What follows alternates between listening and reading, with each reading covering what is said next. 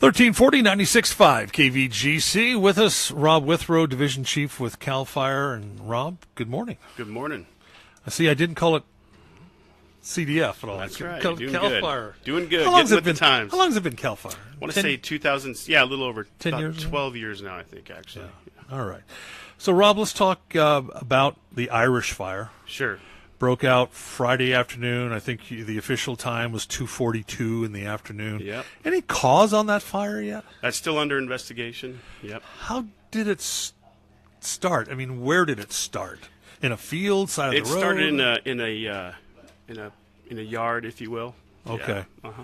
So it could have been someone, whatever, doing something. Yeah, we're definitely investigating that, and I think they're pretty close to determining the cause, but hasn't been officially released yet. As you know, there's a lot that goes along with that once we determine the cause. We've talked with Bryce Bennett before, who's public information officer for CAL FIRE, and we always use the term doing the right thing at the wrong time with the wrong equipment. Right. People. I'm not saying this person was trying to work that defensible space, but that's so important. Yeah, that's an excellent point, and that is important.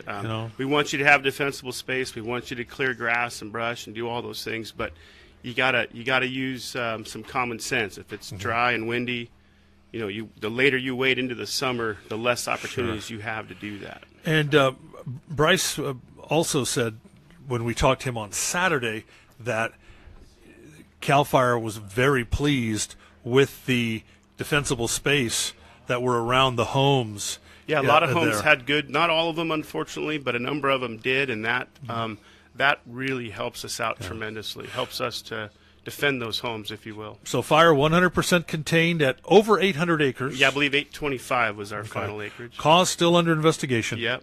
There were mandatory evacuations and road closures. Yes. All right. Sitting here, listening to what was going on, it sounded like some people didn't want to go. Yeah, and that happens, and understandably, but we recommend, if we don't take evacuations lightly, and we're doing that. We understand it's inconvenient, it's hectic, it's all those things, and everything you've worked for your entire life, you're leaving behind. We get that. But life safety is always the top priority. Rob, who's in charge of the evacuations? Who makes the call? Is it OES? Is it CAL FIRE? Who makes that determination? So CAL FIRE, we work collectively with the Amador County Sheriff's Office, and we make I wouldn't even say a recommendation. We ask them, hey, we need these areas evacuated. And again, the number one reason is life safety. We have a concern that fire is going to run through that particular area or potentially run through that particular area, and we want to give residents time to get out of its way. So the Sheriff's Office conducts the evacuations, and we help determine where those need to occur, and they coordinate. They do a tremendous job on that. In fact, if I could, Jim, just to sidetrack a little bit, earlier this spring, CAL FIRE, along with Amador County Sheriff's Office, conducted a 2-day training exercise just on evacuations, and I'll tell you, it really paid off. We had their leadership right at the command post. There was no delay. We explained to them, hey, we need this. We need Willow Creek Estates evacuated. Bam, that was happening immediately.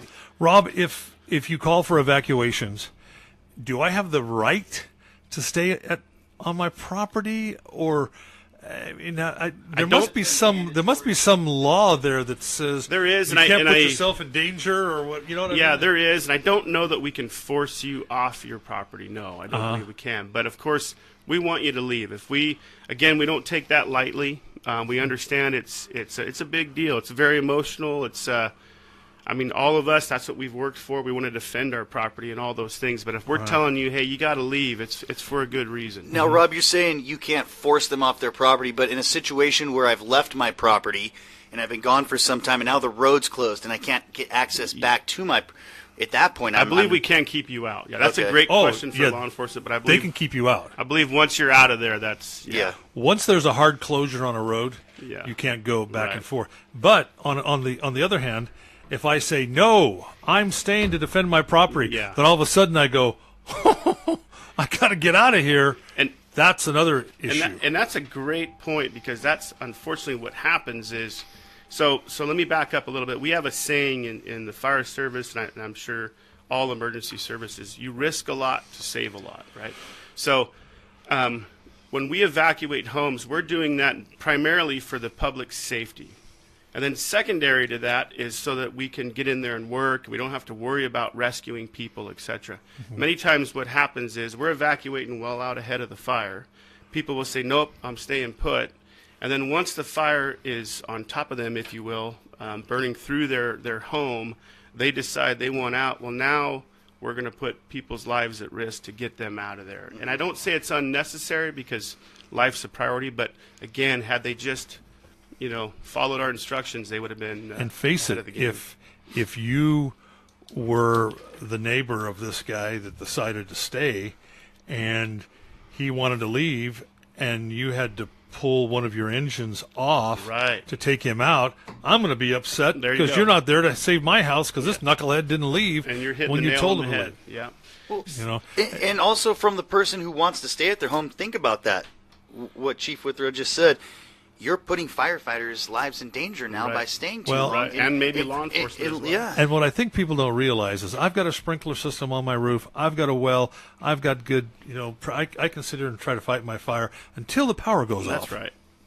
And then, I've got nothing. Yeah, you're exactly right. And that, believe it or not, that does surprise people at times. Sitting here in a nice, calm environment, it only makes sense. Hey, the power goes out, I lose my well. I've got whatever I have in reserves. Well, people don't think that way. And the power goes out, and now they don't have any water, and now they decide, hey, I'm Rob, in a bad spot. We're talking with Rob Withrow, Division Chief with CAL FIRE today. The Irish fire is our topic. Rob, do you hold debriefings after a fire of this size, or does it have to be much larger? No, we do what we call an after-action review. Depending on the size and complexity of the incident, determines how formal that is. But for this particular fire, we held a after-action review, talked about things we could do better, things that we might do different on the next one.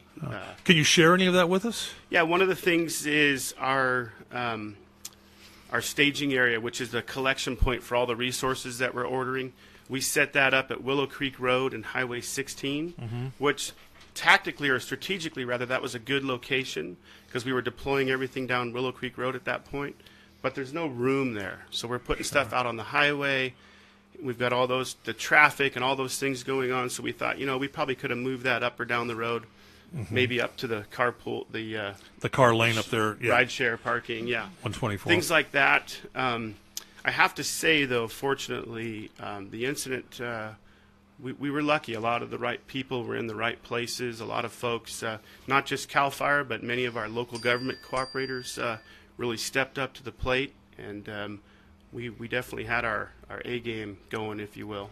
The fact we didn't lose any primary residents is just a miracle. I called the unit chief as that fire was progressing and just kind of gave him heads up that, hey, unfortunately, I think we're going to potentially have some homes destroyed here. Yeah. And the fact that we didn't was just... so there were just some outbuildings? Yeah, a number of outbuildings, which is tragic in itself. I get that. Those are huge losses, too. But no homes. But no homes. But something you've told us is when you see those total structures listed, that doesn't always mean a home. That can be outbuildings, pump house, whatever it may Everything be. from a livestock facility to as small as a pump house. Okay. Yeah. Right.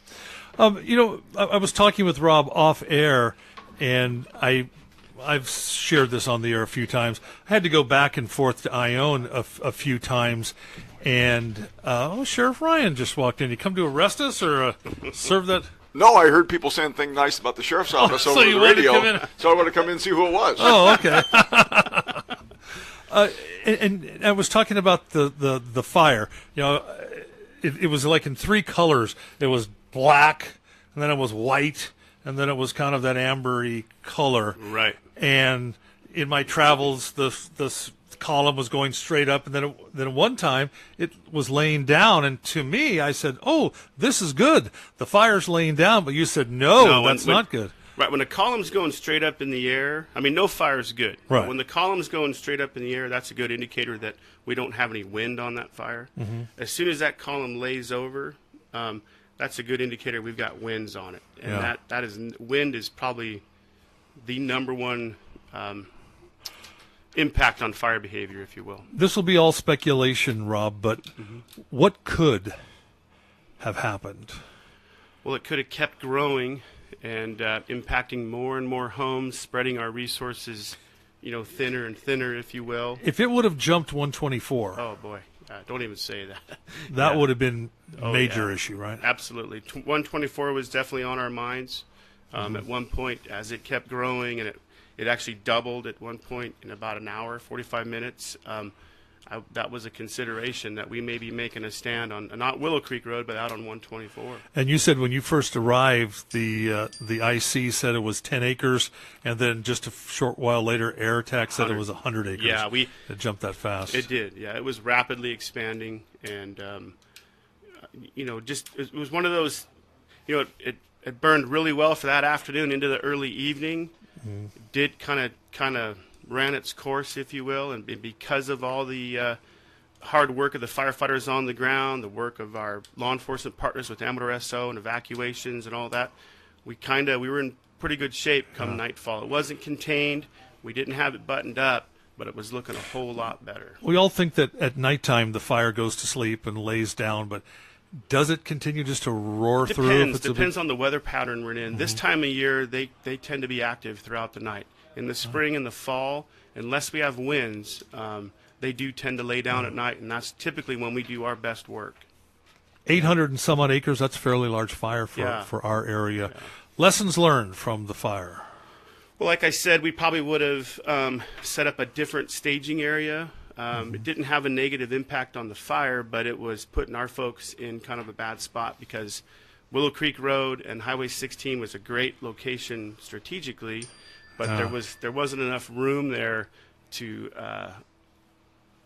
collect that apparatus, if you will, without impacting the traffic flow, which ultimately that couldn't have a negative impact on the incident as well. So we would have changed that. You also had the help of ACART, the Amador County animal response team. They were there helping out too. You hear this up and down the state. Every county hopefully comes together in their time of need. But one of the things about Amador County that I'm just constantly humbled by is how everybody comes together. I mean, at all levels. You have, the animal rescue folks, the Red Cross folks. The sheriff's office and us, we have to get out there and go to work. That's what we're paid to do. Yeah. But a lot of these other organizations, those are volunteers that are just doing that out of the goodness of their heart. Well, Rob, impressive. Thanks for coming by and being open with us and honest with us on this whole fire. And I wanted to add one thing if I could, Jim. I want to talk about the evacuation process really quick. Yeah, okay. So we get a fire like that, and we determine we need to evacuate certain areas, and we work. Amador SO carries that out for us, does a wonderful job. We get people out to safety. Typically, at that point, everyone's understands what's going on. There's smoke in the air, and then things switch pretty quickly. And what I mean by that is the public, those residents, their patience gets pretty short once the smoke is out of the air. And I just want to explain to everyone that we realize it's inconvenient, everything you've worked for, there's all those things we made you leave behind or we asked you to leave behind. You want to get back, you got to feed livestock, etc. I just ask, please be patient with us. There's a process to that, and it's for their own safety. Just because the fire has been stopped doesn't mean all the threats to their safety has been mitigated. It is a top priority. At midnight, we just got everybody out, and we're talking about how we're going to get them all back in. So I just want to assure the public that we understand the inconvenience, your eagerness to get home, and that's a priority for us. I just ask for your patience. That's a real good point, Rob, because it wasn't until Saturday that evacuations were lifted and folks were allowed to go back to their homes, and it didn't look like there was any fire at all. And in some areas the fire never reached. Yeah. And people are like, hey, nothing's even burnt. We understand that completely. Sure. It's just there's a little more to it than just saying, yep, go back home. We've got to open roads back up. We've got to ensure that the electrical infrastructure is intact, it's safe, all those types of things. But I think getting everybody home by noon on Saturday was pretty good. Yeah. Rob, thanks for coming in. As much as I enjoy your company, I hope I don't have to talk with you much more this summer. We'll probably see you at the fair, though. Yes, I sir. hope. So, again, the fire 100% contained, and again, over 800 acres, and cause is under investigation. Yes, sir. All right, Rob. Thank you, Jim. Rob, stick around. We've got Sheriff Ryan popped in here, and Sheriff Ryan, good morning. Hi, Jim. Good morning. Good morning. When we were talking to Rob about this, because there is some confusion at times as to who calls for the evacuation. Yeah. The Office of Emergency Service call for it? Does the Sheriff's Office? Does CAL FIRE? Who calls? Sure. And Rob explained to us that CAL FIRE is the one that calls. Well, that's absolutely right. And I think people really don't understand, and I probably didn't have a very good understanding of their operations until the Butte fire and this latest fire, when I'm watching Rob and his team in action. And, quite honestly, it is going to war.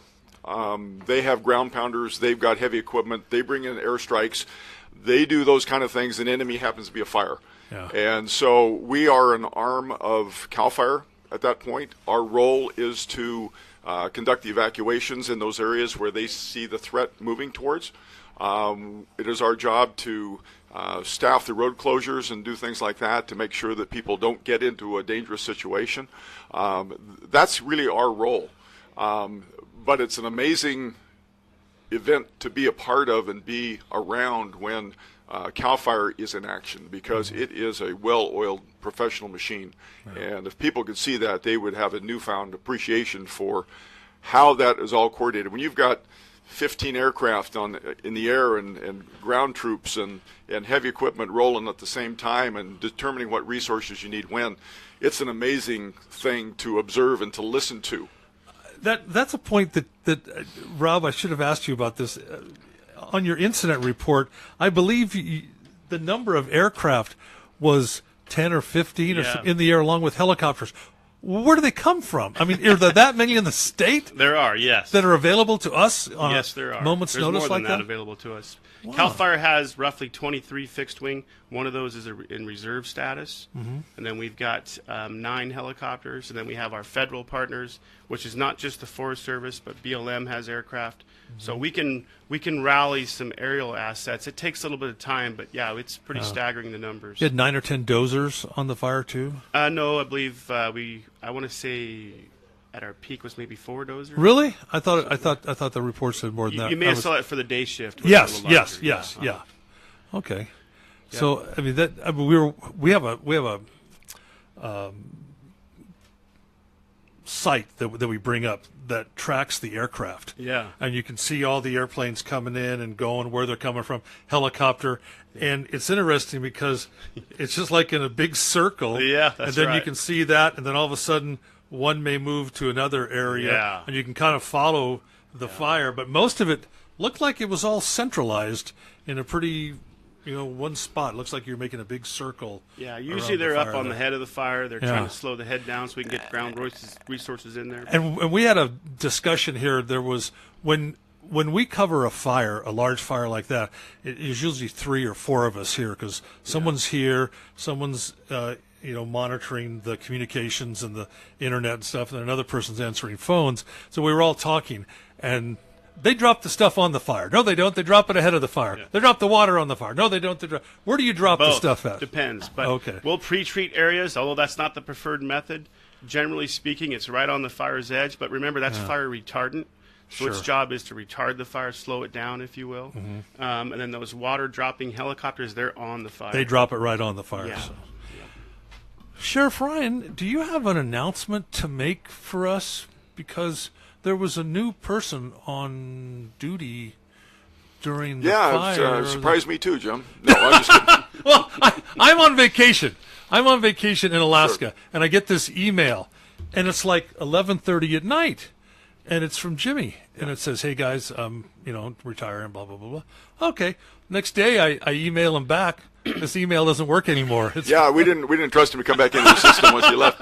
No, thanks for that though, because Jimmy has been my undersheriff. Jimmy Wegner has been my undersheriff since November of 2006. Mm-hmm. So almost 12 years, and during that period of time, he's really been instrumental in helping us move the organization forward, developing new programs, policies, technologies, things like that to make our job easier, that allow us to better serve our community. He's been my right hand, and then some. He's the guy I go to because he's experienced almost 29 years in the Amador County Sheriff's Office. My background was in investigations, so I rely heavily on Jimmy and to advise me on things. I came up with these ideas. He says, "Sheriff, that's really not a really good idea," and we had to have that kind of a relationship. It's a true partnership in order to make it work right. And so he will be greatly missed. But I was fortunate enough to have within the agency Gary Redmond, who really was tutored and brought up by Jimmy through the organization. And Gary has taken that role and responsibility as the undersheriff, and will do a phenomenal job as well. Sure. So we're well suited with Gary in that position. This Wednesday, actually, at 10 at the Board of Supervisors, we're swearing in our new chain of command. Oh, okay. Because with Jimmy's leaving, it creates an undersheriff vacancy, a captain vacancy, lieutenant vacancy, sergeant vacancy, and we have a couple new hires we're bringing in too. So we're really excited about that aspect of it. I will miss Jimmy personally and professionally greatly going forward, but we're going to be in touch. I have his email. He can't get into ours anymore, but I do have his, and he will be a valuable resource for the department as we move forward as well. And you know what, Martin? He whether we were talking business or personal, he always gave you the respect of sheriff. It was never Martin. It was never Ryan. It was always sheriff. Yeah. You know, always sheriff. Which that says something for both men there. Well, he was very respectful. He always had my back. He made sure that the agency was well represented, that our reputation was solid, and that we took care of business. Yeah. And that was his job. Okay. Undersheriff is the day-to-day operations, make things happen kind of guy. And so you got to have somebody strong in that position that can do that, and yet be approachable and do outreach to the media when things happen, to the Board of Supervisors, to other elected officials, to other city officials, other police departments, and things like that. So that's a critical role for us with our success to follow through with our mission to protect the people of this community. All right. Sheriff Ryan, thanks for stopping by. Thanks, Jim. Rob, great seeing you. Rob, thanks for stopping by again. You bet. Thank you. As always, it's a pleasure.